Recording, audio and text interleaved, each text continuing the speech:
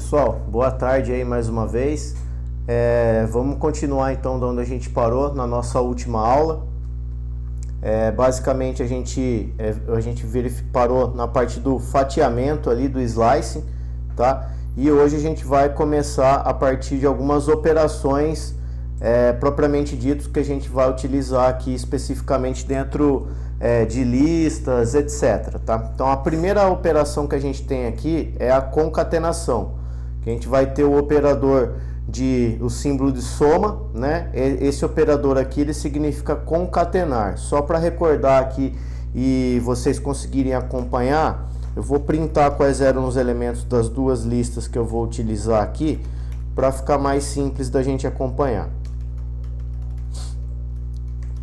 Então basicamente a gente tinha uma primeira lista que o nome dela era ls e uma segunda lista que era newls, tá? O que vai acontecer aqui?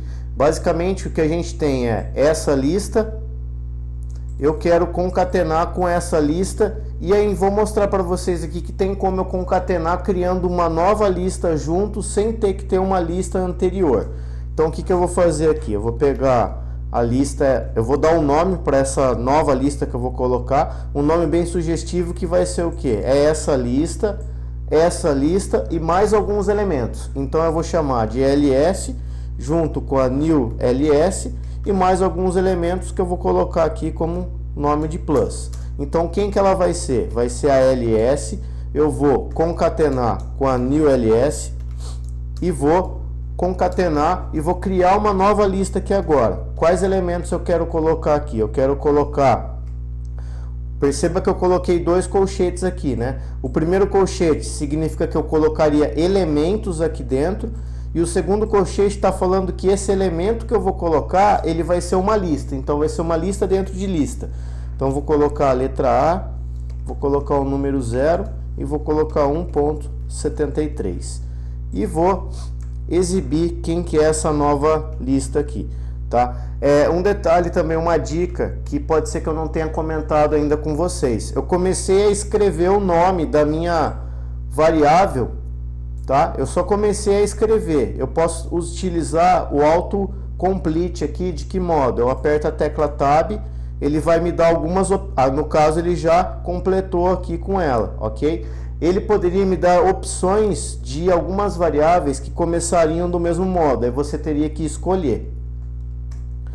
Então basicamente o que o operador de concatenação ele fez? Ele pegou essa lista, que eram todos esses elementos aqui, ele fez o que com esses elementos? Ele colocou na primeira posição aqui da nova lista, porque foi ele que eu coloquei aqui primeiro. Aí ele concatenou com os elementos da newls, que é o B e o 1, colocou aqui na frente. E ainda concatenou com o elemento de uma nova lista que eu coloquei aqui, que é uma lista dentro dessa lista. E aí eu coloquei esse cara aqui. Então basicamente o que a concatenação faz? Ele vai colocando várias listas, uma na frente da outra, colocando os elementos sequencialmente, ok? Aqui eu vou aproveitar, não é um assunto específico dentro de concatenação, mas é um assunto que por vezes a gente precisa utilizá-lo, que é o seguinte. Suponha que eu tenha que acessar esse valor 4 aqui, ó. Eu quero acessar esse valor 4. Como que eu poderia acessar esse valor 4? Lembra que a gente pode percorrer essa lista aqui em relação aos elementos. Lembrando que a indexação em Python, ela começa no 0. Então se eu colocasse lá, ó, ls, newls plus e colocasse aqui o 0, o cara da posição 0, ele vai exibir o cara que está na posição 0.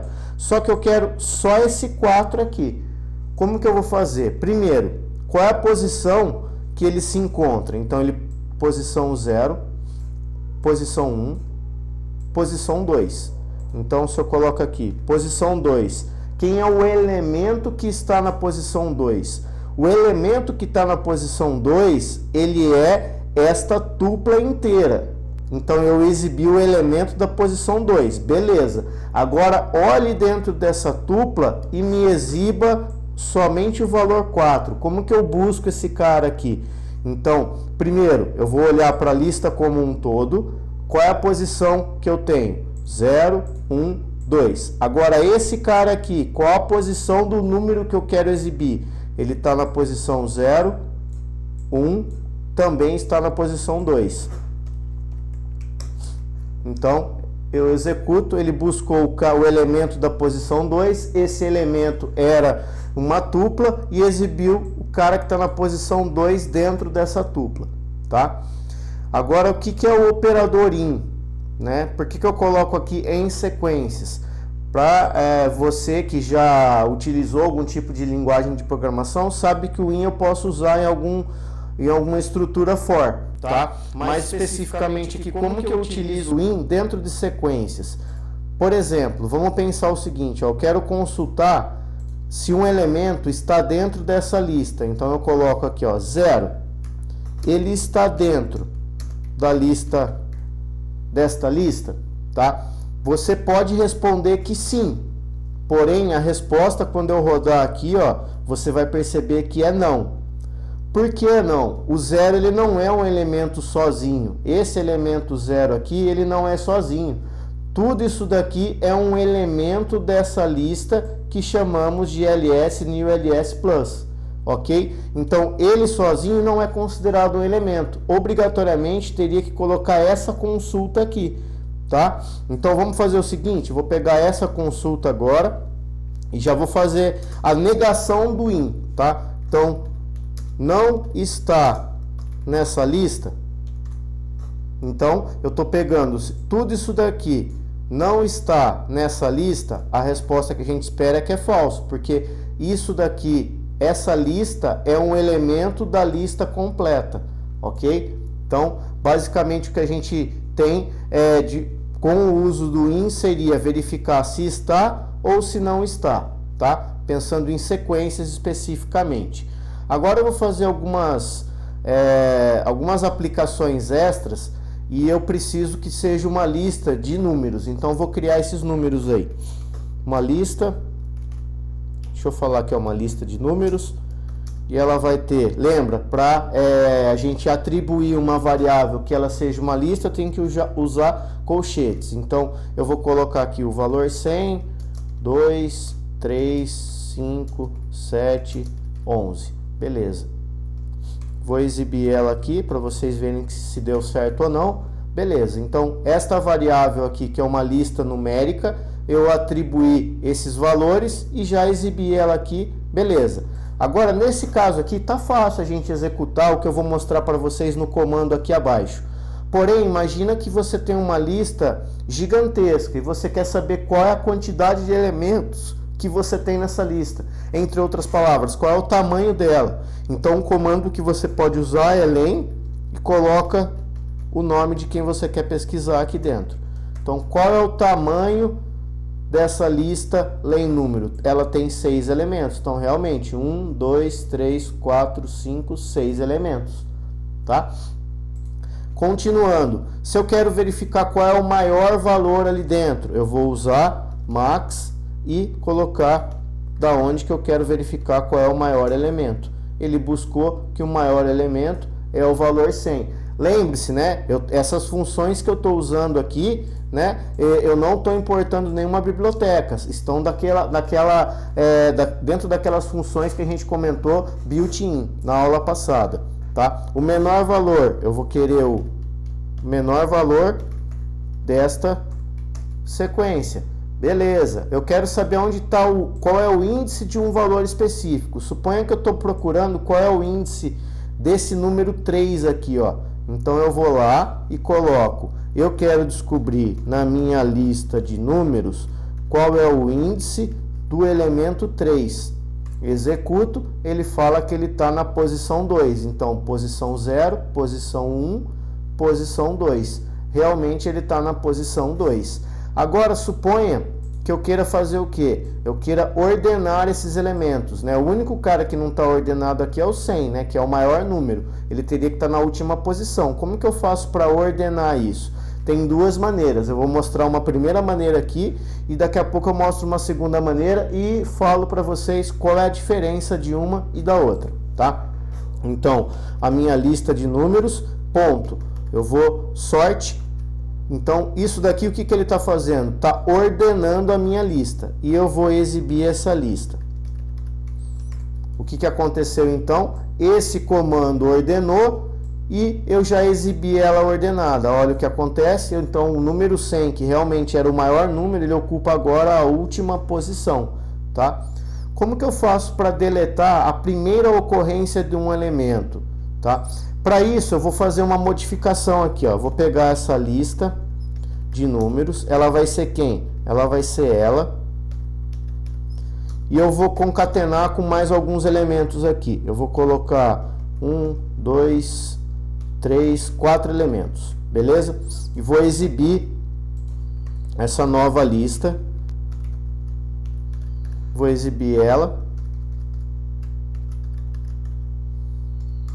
Exibindo ela agora, eu vou remover a primeira ocorrência. O que vai acontecer?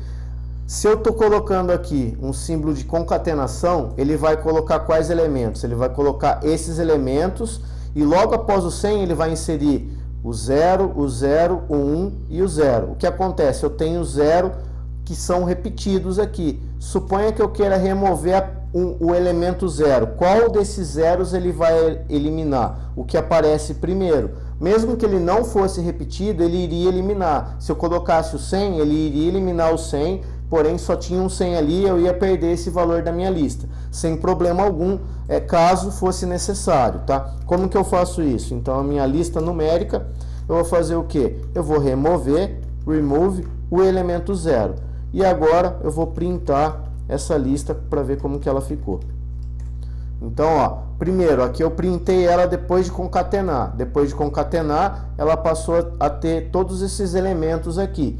E aí depois eu removi o 0, é onde ele buscou a primeira ocorrência do 0, e eu printei ela agora depois dessa eliminação. Então ele eliminou, na verdade, esse elemento aqui, ele excluiu da nossa lista e continuou com esses elementos aqui posteriormente, tá? Suponha agora que eu quero remover um elemento por um índice específico, tá?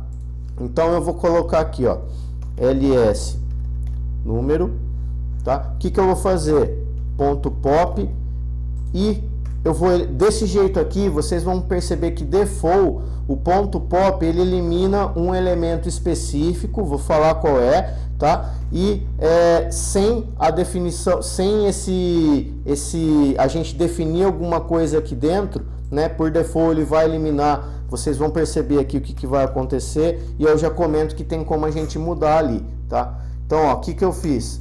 Se eu coloco isso, o que ele faz? A gente tinha esta lista, ok? Quando eu coloco o ponto pop, o que ele fez? Ele eliminou qual elemento, tá? Eu permaneci com 2, 3, 5, 7, 11, 100, 0 e 1. Ele eliminou quem? Esse cara aqui. Então, quando eu não declaro nada aqui dentro, o que acontece? O ponto pop ele elimina o último elemento. Mas eu posso colocar aqui um índice específico, tá? Então eu vou voltar aqui para a gente ter a lista de modo original.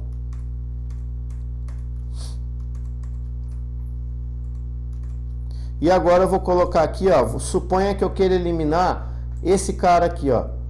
Então eu vou colocar 0, 1, 2.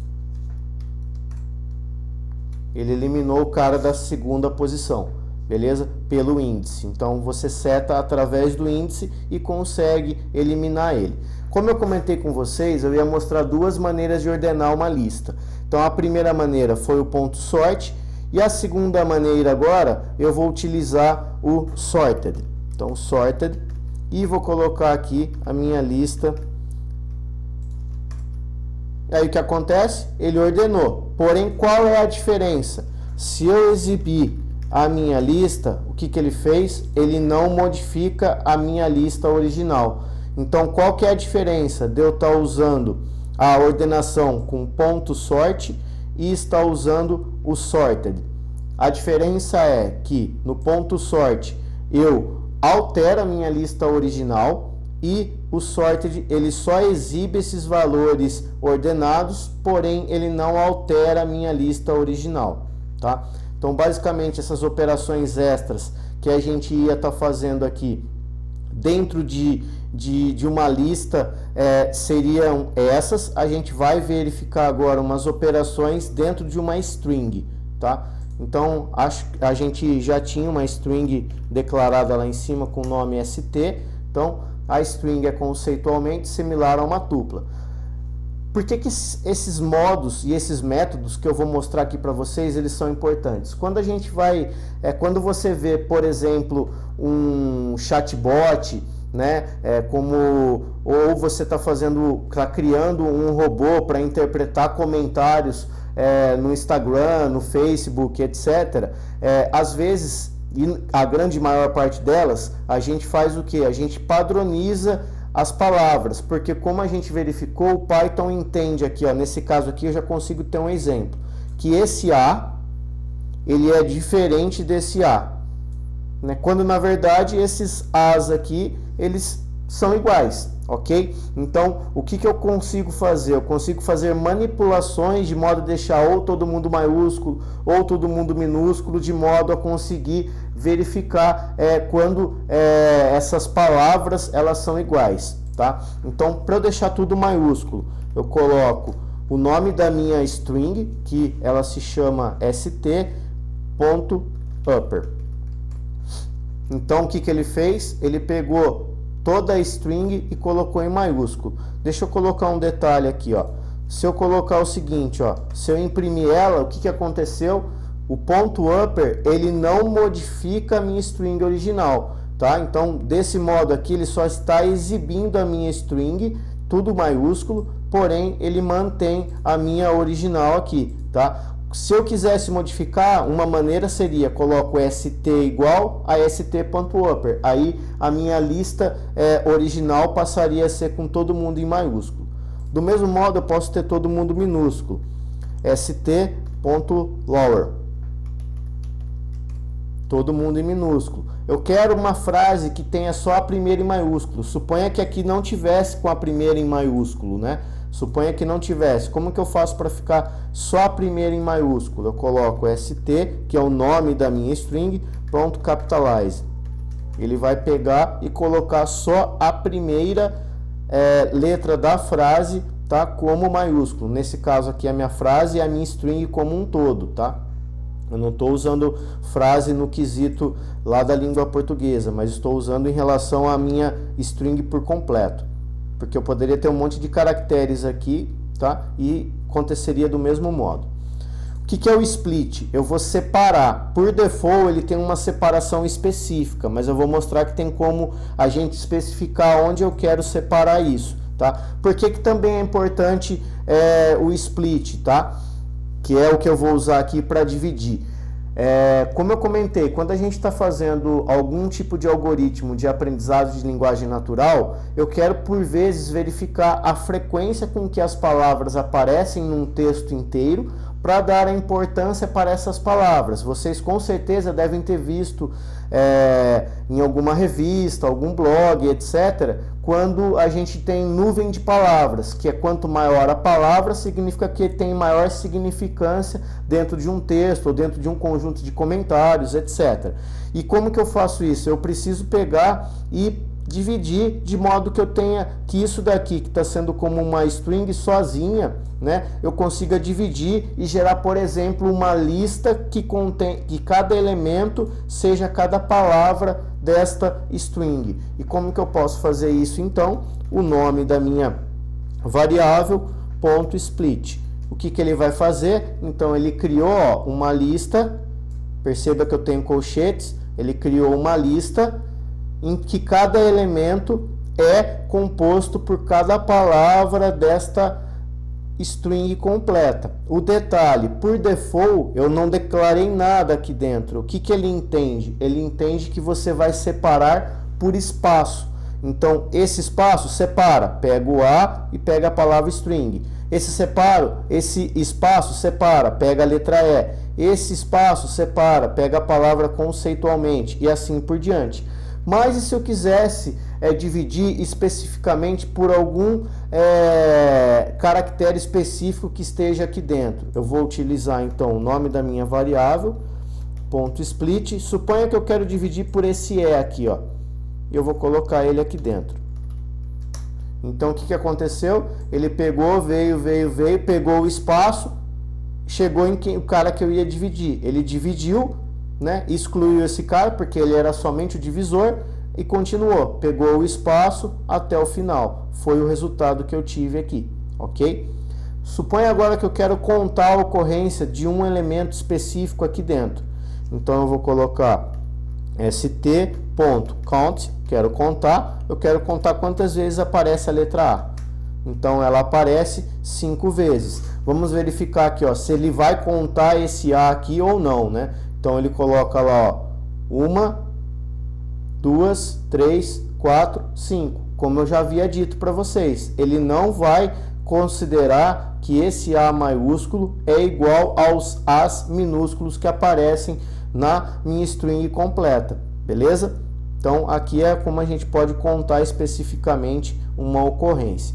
E como eu posso encontrar o posicionamento da primeira aparição de um determinado elemento. Então, por exemplo, st, eu quero dar um find, quero encontrar a primeira aparição da letra I, né? Qual é a primeira aparição da letra I? Ele coloca aqui que é na posição 5. Então ele está pegando aqui, ó, 0, 1, 2, 3, 4, 5. Ele pega a primeira posição que esse cara apareceu e retorna para mim o índice da onde esse cara apareceu, tá?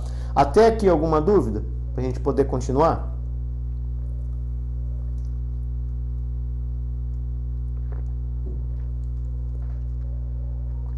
Tá, beleza. Então, para a gente continuar agora, vamos retomar aqui, só para vocês recapitularem qual era o problema que originou toda essa discussão nossa na nossa última aula, né?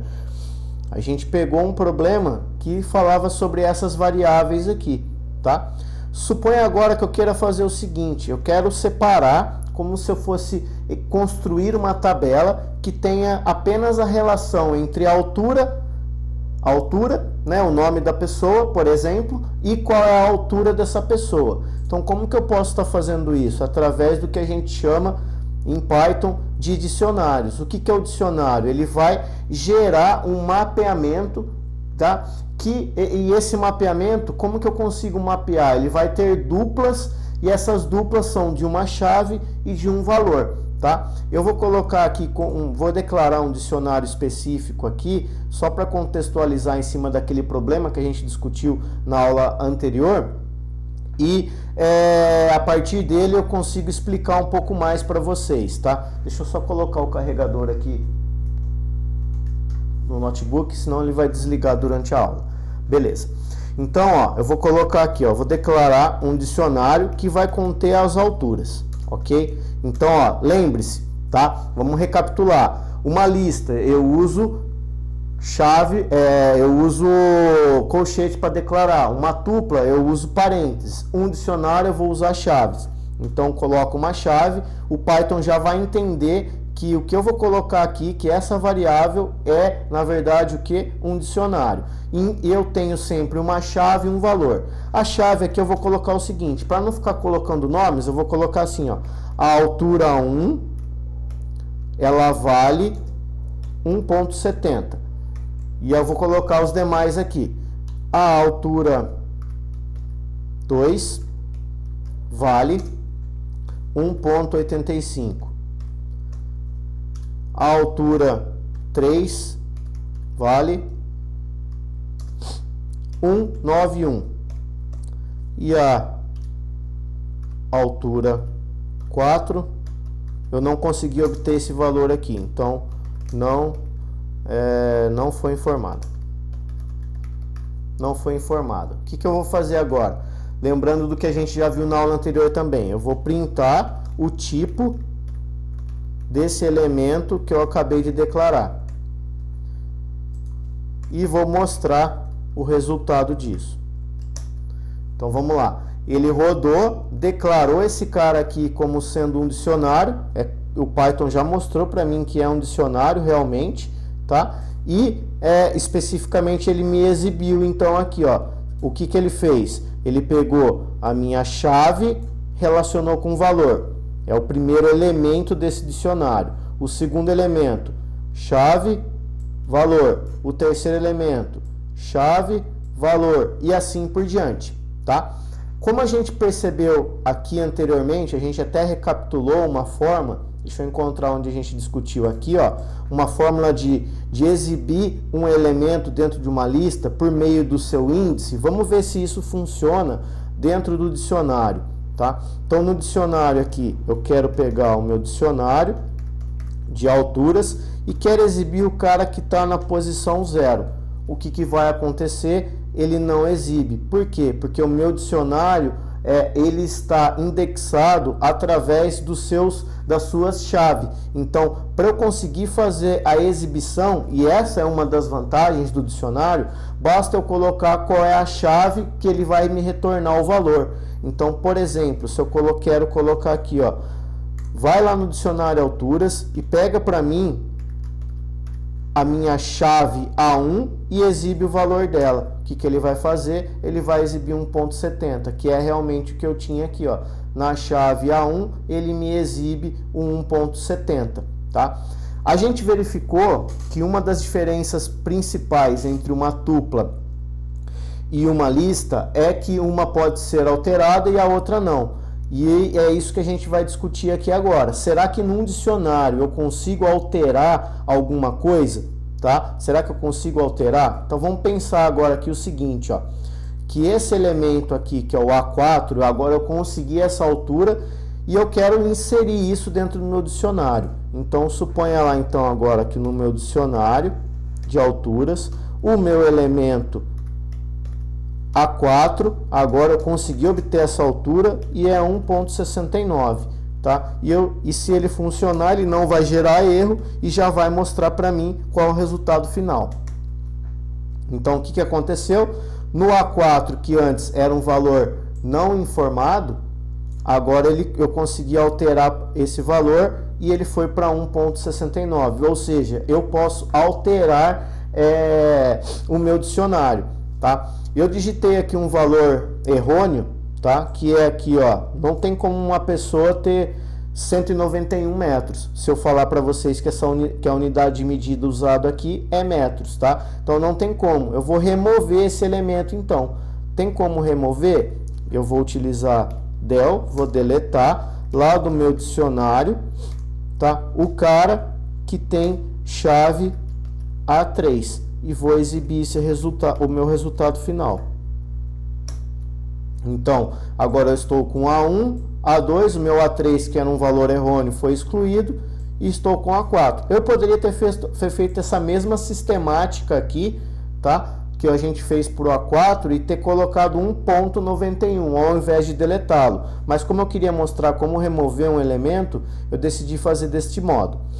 Como que eu exibo todas as chaves que compõem um dicionário? É bem simples, a gente vai pegar lá o dicionário de alturas, ponto, suas chaves, ponto keys. E aí ele vai mostrar todas as chaves que eu tenho dentro desse dicionário. Do mesmo modo eu consigo exibir todos os seus valores.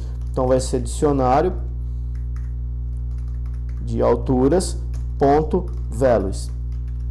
Ele mostra para mim todos os valores que eu tenho dentro daquele dicionário. E se eu quiser exibir os pares, chave e valor, não desse modo aqui, tá? Porque quando eu exibo o dicionário inteiro, é óbvio que ele já exibe todos os elementos, mas eles não estão separando esses caras, tá? Eu posso exibir o chave e valor desse modo aqui, ponto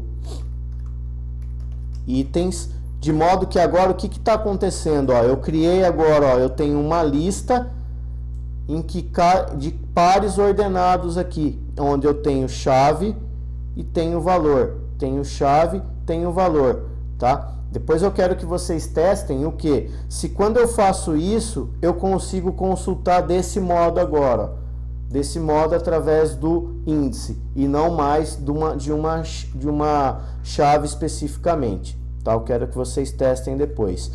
Em relação à nossa aula específica que a gente ficou de finalizar em relação ao conteúdo da última aula, a gente acabou até aqui. Aí tem os exercícios que provavelmente vocês já tentaram resolver e alguns que, por eu não ter explicado até o final essa aula, pode ser que vocês ainda não tenham resolvido.